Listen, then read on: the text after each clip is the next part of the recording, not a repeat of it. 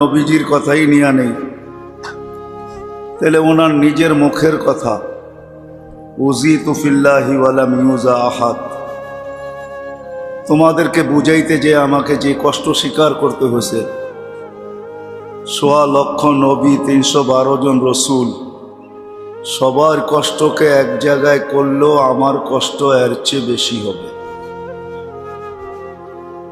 অথচ ১,০০,০০০ নবীর ভিতরে কিছু নবী এমনও পাওয়া যাবে যাদের কষ্টটা বর্ণনা দেওয়া যায় কিন্তু অনুভব করা যায় না।